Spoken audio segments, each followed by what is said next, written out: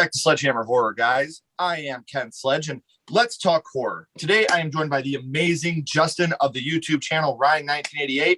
Justin, how you doing, man? I'm doing great. How are you doing?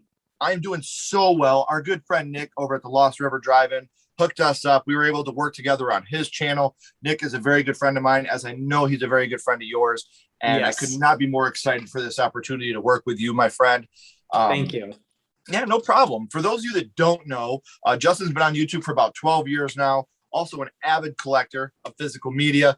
Make sure you check these links down here in the description. I have all his social media as well as his YouTube channel. Make sure you're subscribing to that. The guy puts out great content. He's one of the people that I actually have the bell on for. So make sure you're checking out his stuff. But before they do that, Justin, what can you tell people about your channel that they may not know if they haven't seen you yet? What do you do over there?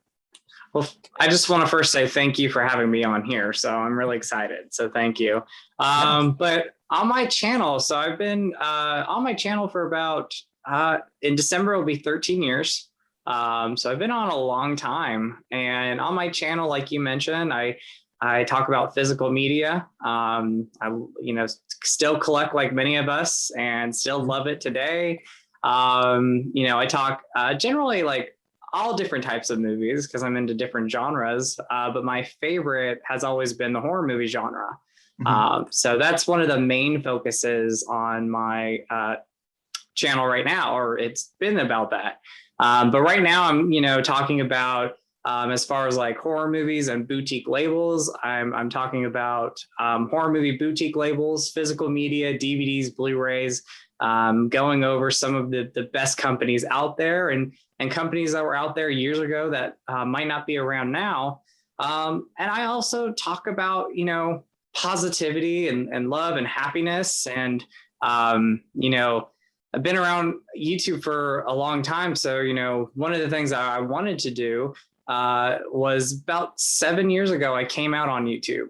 And one of the reasons I did that is, again, because YouTube's been a part of my life for a good portion of it.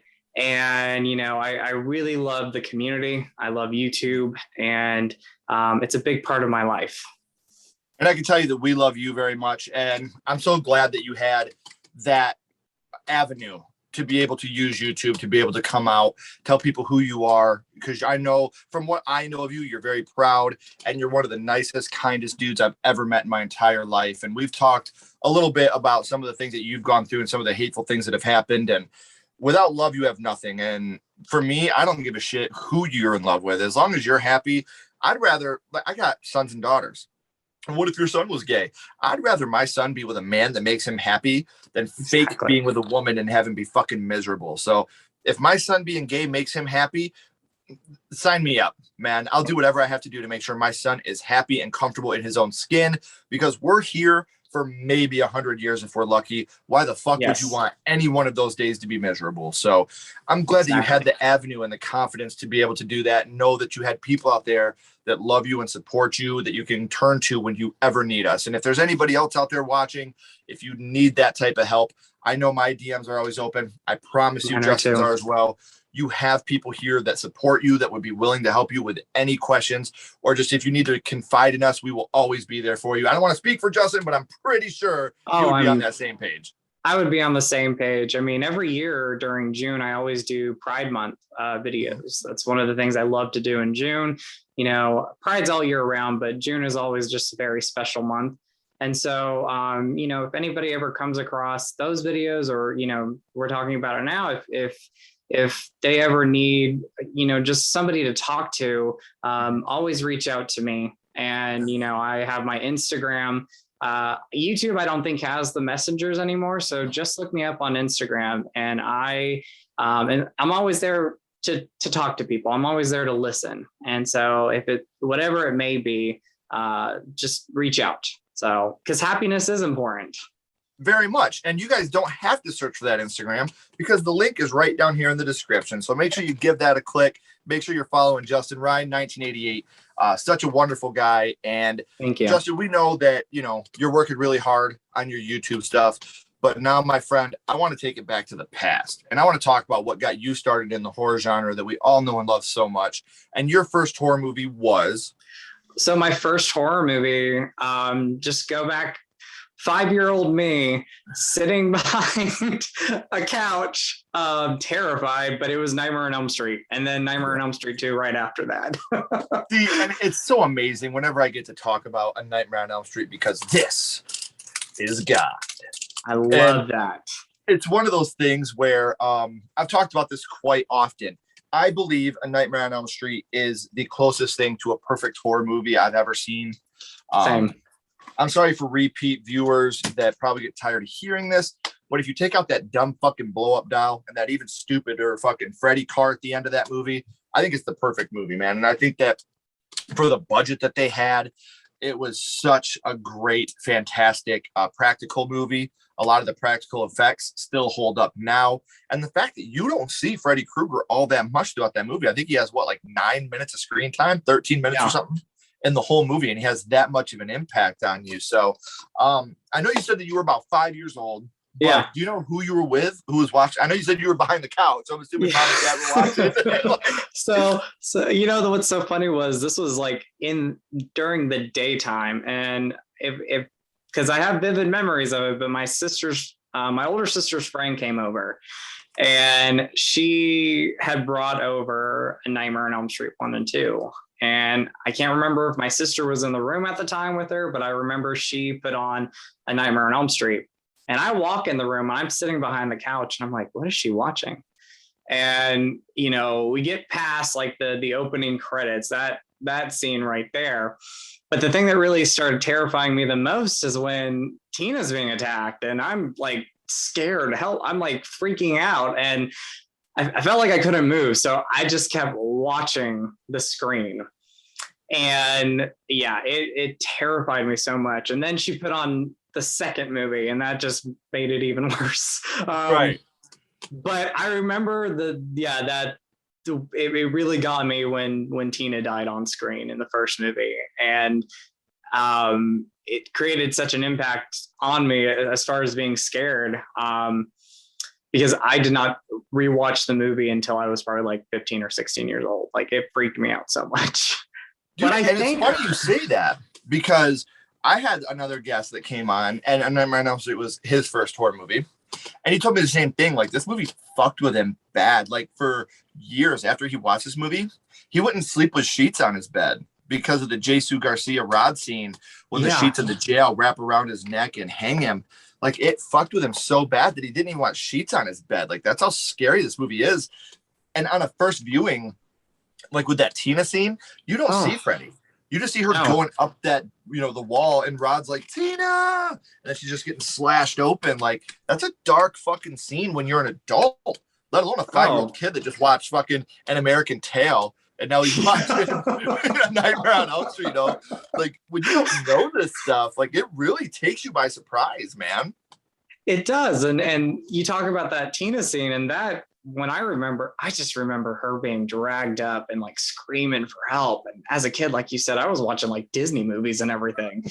And so this was like the first time I was watching something like this, and it terrified me. And we just did the commentary last night on Nick's channel, and we watched it, and that scene still gets me. It still is a very scary scene, because again, you don't see Freddy.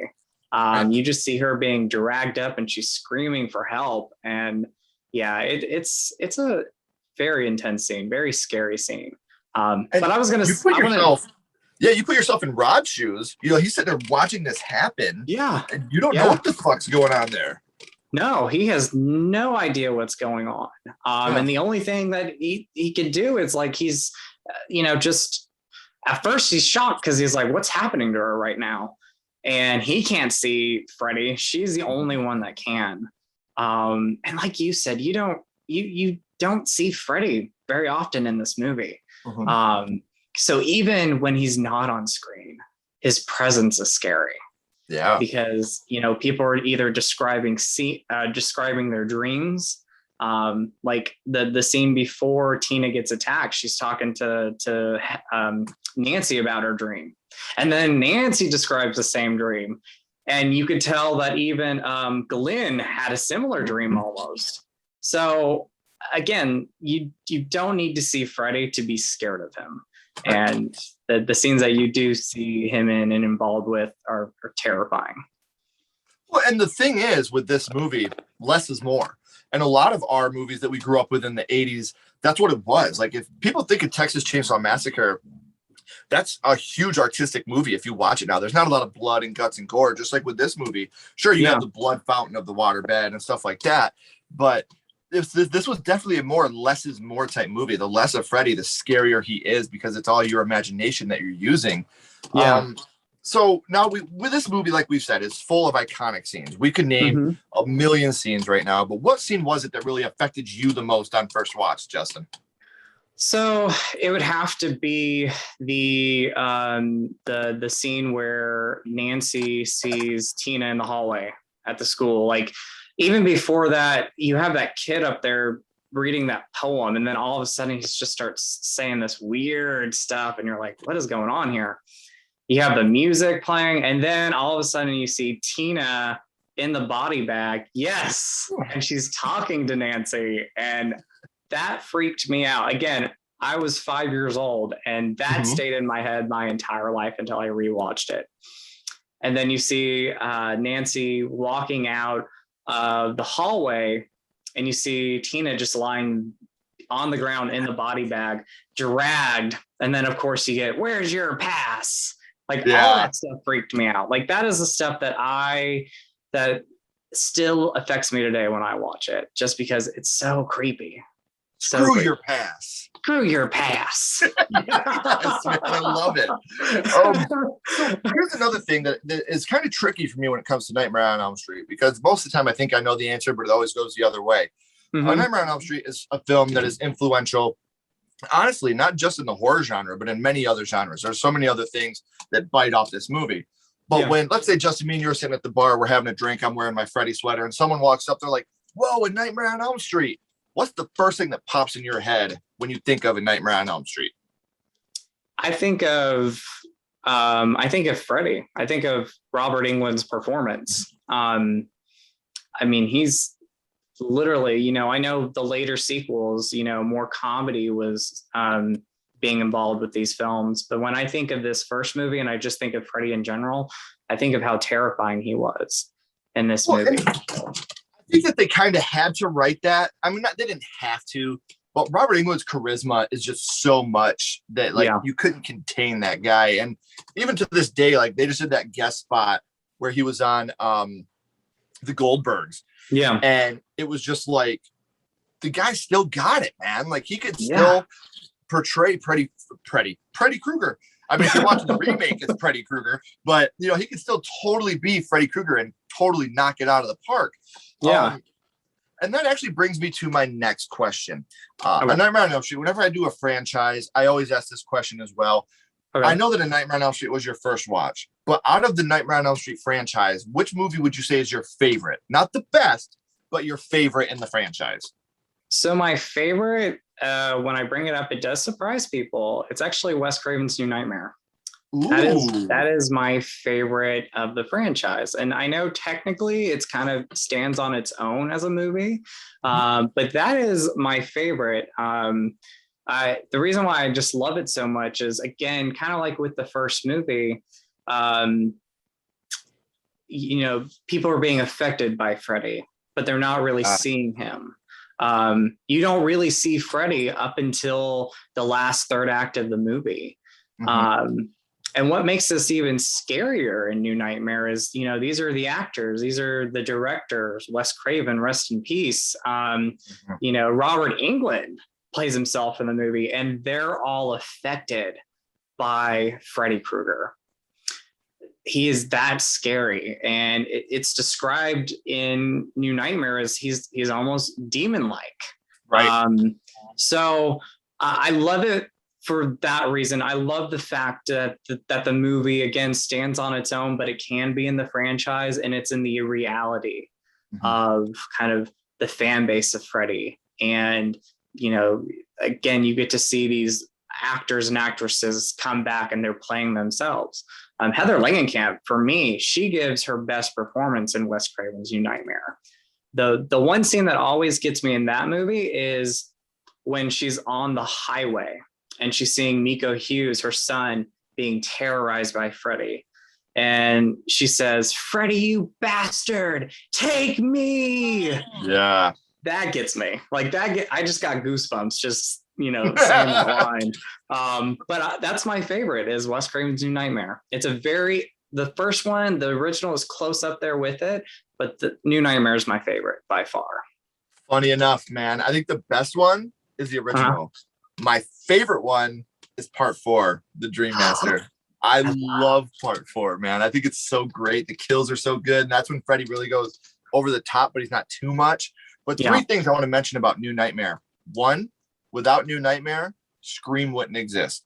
And if Scream didn't exist, the horror genre would not be the same. So people liken, Scream. You look at the movies that came out 3 years before Scream and the 3 years after, and you see what Scream did. But you know what? That's really Wes Craven's New Nightmare that did that, because that gave Wes Craven that meta ability to do that. 2, that was the perfect way to bring back Heather Langenkamp, because you knew you wanted to bring her back. You knew that you had more of her story to tell. And we were just talking about the scene with Tina where she gets drug up the wall. You had that same scene in here in the hospital with the babysitter. And this time you see Freddy, so it's that whole flip flop. And I love New Nightmare. I'm a huge fan of New Nightmare. Very good movie. And you talk about that scene, and first of all, I have to say I love Dream Master. If we're talking like a sequel, like if New Nightmare stands on its own, my favorite sequel is Dream Master by far. Yeah. I love that movie. But yeah, you were talking about New Nightmare in that scene where Julie's being dragged up. What makes the scene scarier is the fact that Miko Hughes is in that scene. Dylan's in that scene, and he's terrified of what's going on. And Freddy is just so mean in that scene, not only to her, because he's toying with her at first before he starts killing her, but he's toying and scaring Dylan, Miko Hughes' character. And Miko Hughes is one of the best child actors we ever had. He is so good in that movie. Pet Sematary as well. I was going to say Pet Sematary. I mean, if it wasn't for Miko Hughes, I wouldn't know that boys have penises and girls have vaginas. Exactly. So, yes. I mean, come on, man. Classic. He's the one that taught me that. Miko Hughes he's the shit, man. I love Miko and everything he does, man. He's such a good dude. Yes, he is. I agree. So awesome. Yeah. So now I want to bounce back to the original Nightmare. We talked about which scene, Justin, affected you the most, but I want to bounce it a little bit different. What would you say your favorite scene from Nightmare on Elm Street is? So there's 2 scenes I can think of, but I picked one scene over the other one just because I think it's just such a great moment in the film. But like one of the scenes would have to be the scene where Heather Langenkamp, Nancy's in the tub and the claw comes out. That's scary. And we're talking about not seeing Freddy in the scene. You're just seeing his glove. So that's terrifying in its own self. How vulnerable are you in the bath, man? Exactly. Like it goes back to Psycho in the shower. If you're naked, you're vulnerable, man. Because, you're at there's a lot of people that are not comfortable with themselves. Yeah. So you got to protect yourself while you're trying to protect yourself. Like any scene with a shower or bath, vulnerability, top of the list, man. And again, with the scene like that, you don't expect to be in danger at all. And it just proves Freddy can get you anywhere.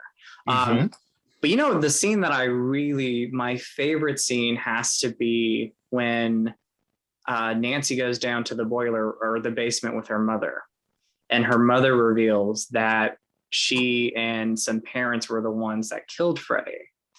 And that again just shows you that even the parents were affected by Freddy in some way. I mean, they killed him, but they're still haunted by him. Right. Well, she still has his stuff. Yeah. Like, and that's how much he still lingers. She pulls out the hat, she's like, yes, we did it. We kept this, that's such a fucking fantastic movie, man. You that reveal of the claw when she just unveils it is scary in itself, because that's his claw. She kept, I know she had something to do with his death. I don't think I would be able to sleep knowing that claw was down there somewhere in the basement. Right. And real quick with trivia with that, I don't know if you know this, and I can't remember if it's on the Blu-ray or the DVD, But there is a deleted scene where they actually extended that conversation with her mother, Nancy. And you actually find out that Nancy had a brother, and the brother was actually killed by Freddy. And that's why the mother and the father killed Freddy. They were part of it because Nancy had a brother before she was born. So I don't know why they didn't leave that in the movie, but there's a deleted scene somewhere out there where Marge tells Nancy, you had a brother and he was killed by Freddy. That's awesome. I'm gonna have to look that up because I want to see that. Oh, it's so, I mean, I understand they probably wanted to kind of create, I don't know why they cut that scene, but I wish they would have kind of kept that in there, because I think that would have been more of like, yeah, we had to get revenge on this guy. Yeah, he was killing other children. He was a murderer, but he killed your brother. So that was, as a parent, that's, you're dead, man. Yeah. So while we're on the subject of Freddy killing kids, what is your opinion on A Nightmare on Elm Street, the remake?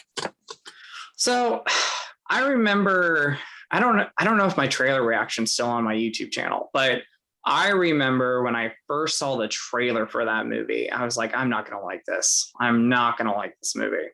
But I went into the movie, I saw it in theaters because I wanted to just see what they did with it. Personally, I really enjoy it. It does not hold up. And, I think we say this with not all remakes, but most of them, they don't hold up to the originals.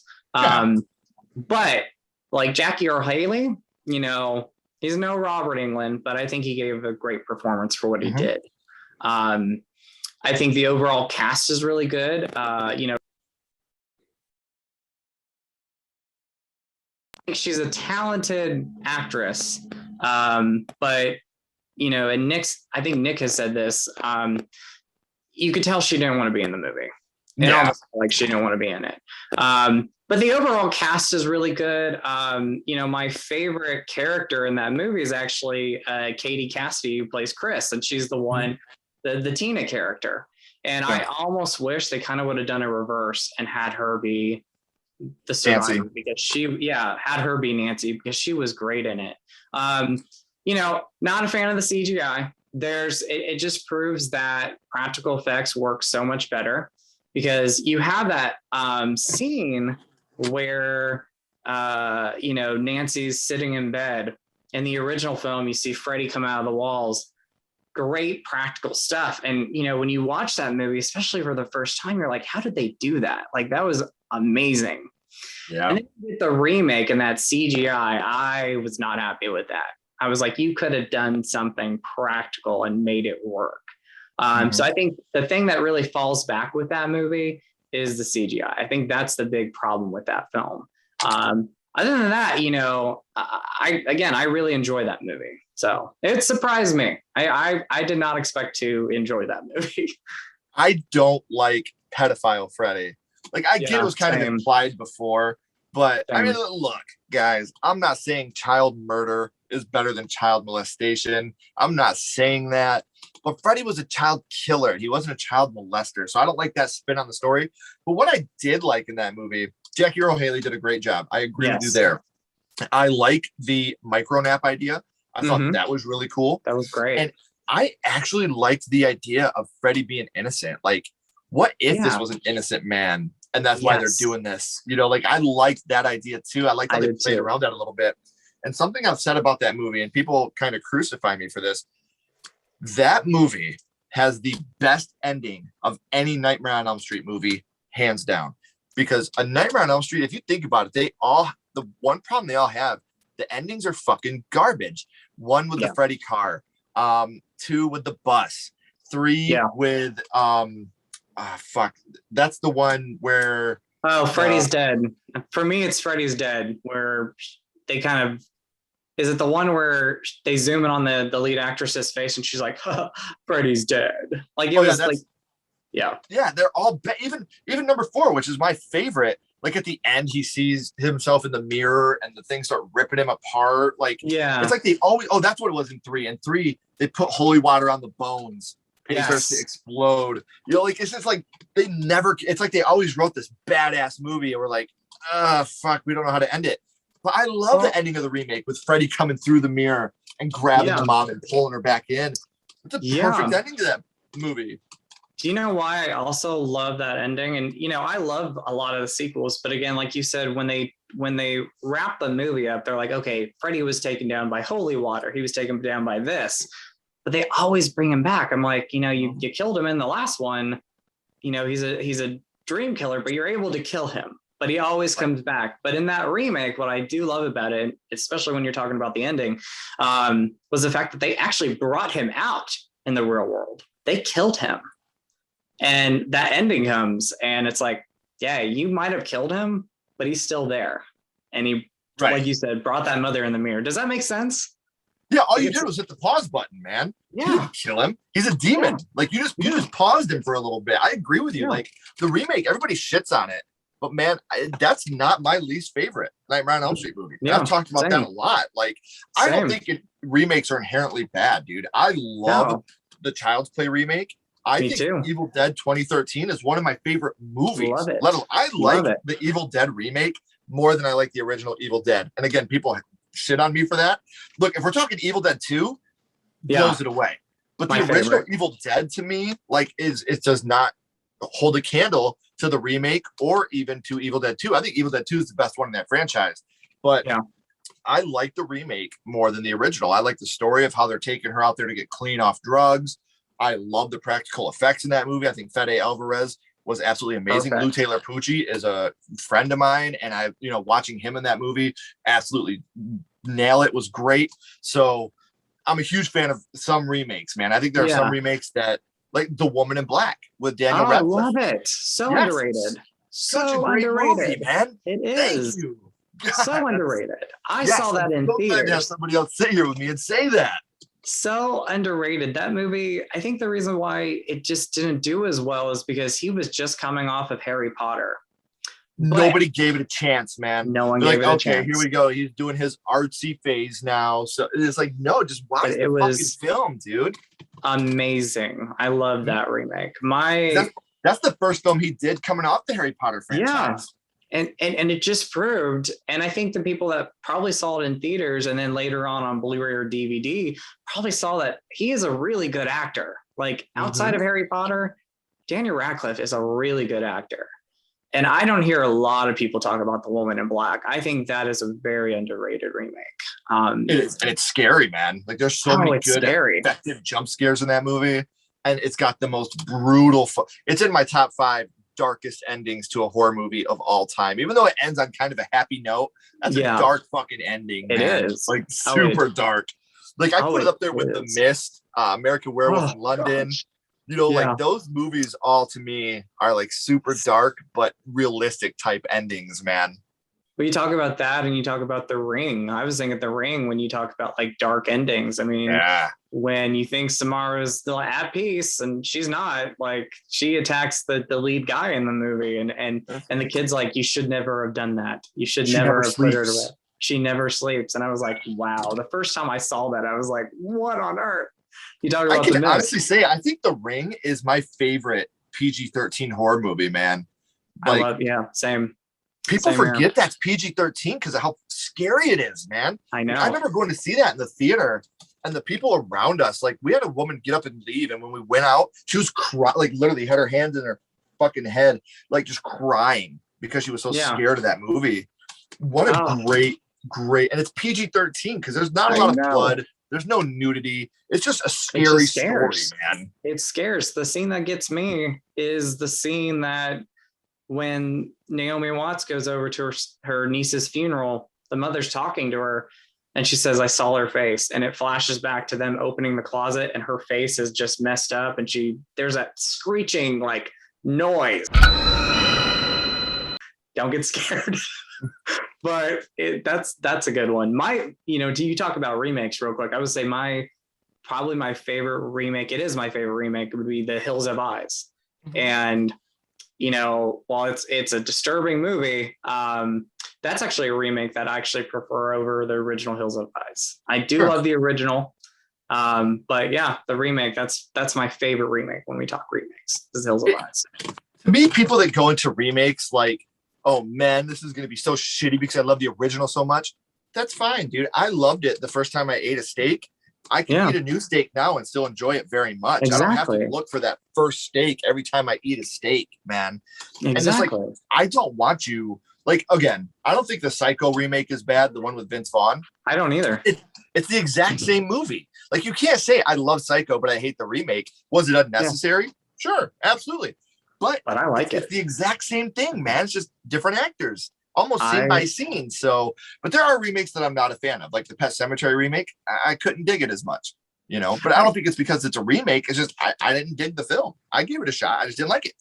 I'm trying to think of some remakes that I saw. Well, it's like I tried watching the new Black Christmas. I went into it and I was like, I'm gonna give this a watch. And you know, I like you. I embrace remakes. You know, some are gonna be great, some are not gonna be great. You know, my biggest problem with that remake was it really wasn't a remake. Like, you know, Black Christmas is the original is one of my favorite movies of all time. It scares me. What amazing. It's funny you say that because I'm doing a top 10 favorite Final Girls. Maybe up there. Underrated Final Girl too. So I love her. But that remake, the reason why I did not like that remake is it had nothing to do with Black Christmas. Right. And they put a supernatural twist to it. And I'm like, this is not Black Christmas. Yeah, that's one of my least favorites. And I'm trying to think of some other remakes that I don't like. There's some remakes that are considered bad that I like. And, you know, I don't love them, but I didn't mind Prom Night. I think it's a more better thriller than it is a slasher movie. But you talk about Child's Play. I love Child's Play remake. That is one of my favorite remakes. Dude, I love that movie, man. It's so good, like, because the comedy's there, and like it's almost like a parental thing between Andy and Chucky in this one. Yeah. You know, like Chucky, you could almost make the argument Chucky's a good guy, like no pun intended, in this movie, because he just wants what he in his mind is best for Andy. He's not trying to possess Andy and take his body. You know, he's legit trying to protect him in his mind. I'm doing what's best for you. This cat hurt you, I'm gonna kill it. You know, this man hurts you and your mom, I'm gonna kill him. Exactly. Like, and then obviously the third act comes and you're like, oh, that was a dig. But like, so, as horror fans, Justin, we always also look at kills. We love the kills. The kills is what brings us to the seats. So back on A Nightmare on Elm Street, and a movie that only has 4 kills, really. What would you say your favorite kill from the movie is? Let me think about this. You know, I already talked about Tina's death. That's my favorite kill in the movie. I think the lead up to it is creepy. Like even when she's in the house and she hears his voice outside, stuff like that creeps me out. But I'll talk about another favorite kill of mine. You know, is the Johnny Depp kill. I do love that. I love that kill. I know people talk about it a lot, but I do love that kill. And again, I love the fact that was all practical sets, practical stuff. You know, I still don't really know how they were able to do that scene with dragging Johnny Depp under the bed and then all the blood coming out. That is so good. And again, with that death, you don't see him being killed. You see him being dragged in the bed, but the aftermath of the blood pouring out and hitting the ceiling and his mother coming in and seeing all that's creepy. That's creepy too. That dude has more blood in his body than 10 of us put together. I know. I mean, but I like Rod's death is creepy too. So that's another really good death. All those deaths, and like I said, Tina's death is my favorite, but all those death scenes that are in the movie are very creepy and effective.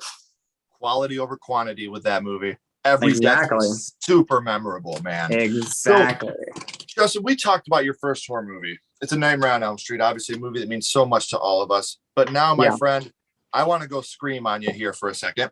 What's your favorite scary movie? What is your favorite horror movie of all time? So my favorite horror movie, and I actually pulled out some nostalgia here, is John Carpenter's Halloween. So John Carpenter's Halloween, that is my not only my favorite horror movie, but my favorite movie of all time. And that surprises people when I say it's my favorite movie of all time, because people are like, is it your favorite movie of all time or is it your favorite horror movie? It's both. But yeah, it's my favorite horror movie. Again, I have the best memories watching that the first time, and it was actually on TV. It was when USA used to play horror movies.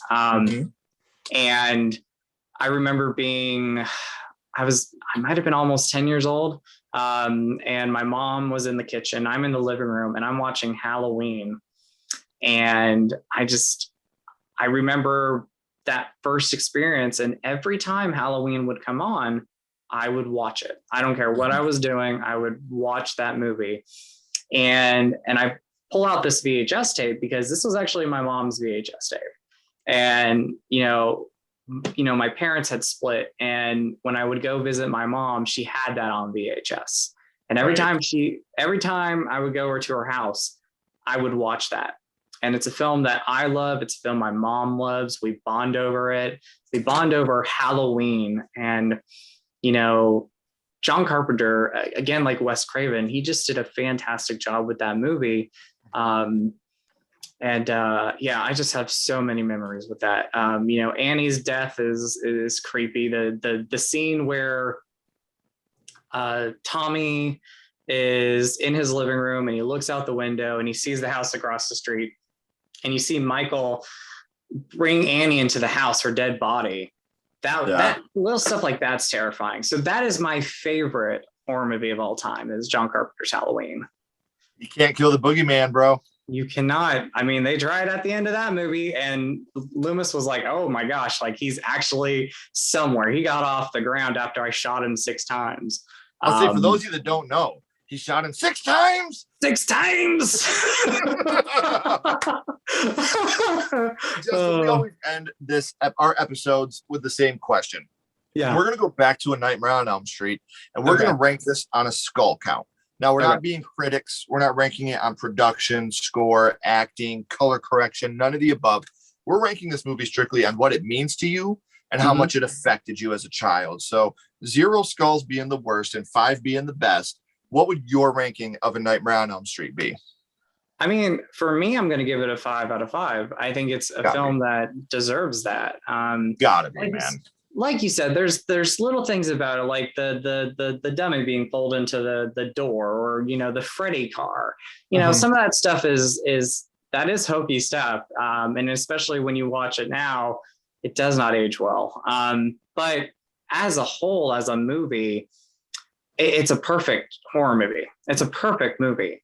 And again, you had a movie back in I'm pretty sure they shot it in 83, that had to make all these scenes happen and effective, like Tina being dragged up the ceiling, and they use practical effects with all of that. Every scene in that movie, Glenn's death, I mean, even the littlest things, they had to use practical effects. Freddy's arms stretching out, practical effects. And yeah, I mean, it's a 5 out of 5 for me. Absolutely. One of Craven's best movies. Well, yeah. I talk about the top 3 for me. My favorite, I don't think the best, but my top 3 favorite movies when it comes to the practical effects usage. And that would be The Thing.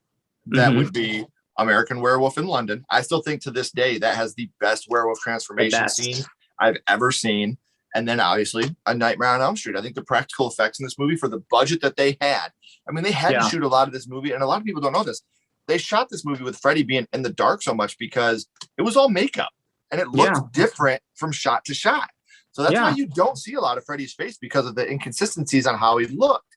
And that's the budget they had. And they made this movie that continues to this day to be such an influence on the people that are around it. But Justin, man, everybody, I want to remind you, please click the links down here in the description, subscribe to his YouTube channel, follow him on social media. Don't go anywhere, Justin. I have a couple more questions for you. Everybody else, this has been so much fun. Make sure you're following my dude, Justin. Keep talking horror. Stay what you are. And we'll see you guys soon.